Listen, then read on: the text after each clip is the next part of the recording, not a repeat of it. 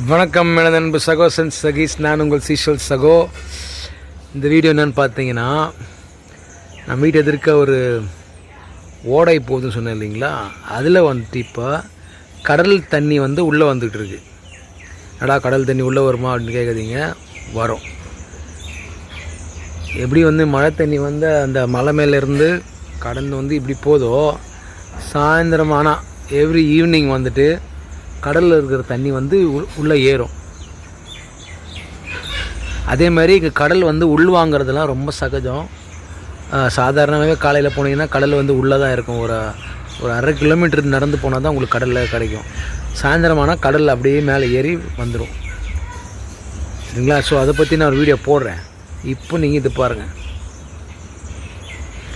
கடல் தண்ணி அப்படியே ஏறுது பாருங்கள், சூப்பராக. கரெக்டாக ஒரு 4 மணிலேருந்து நைட்டு ஃபுல்லாக ஏறும். அதுக்கப்புறம் நின்றுட்டு மறுபடியும் நைட்டு அப்படியே மெதுவாக ரிவர்ஸ் ஆகும் தண்ணி, சரிங்களா? ஸோ இதுதான் இன்றைய சீஷல்ஸ் பதிவு. பாய்.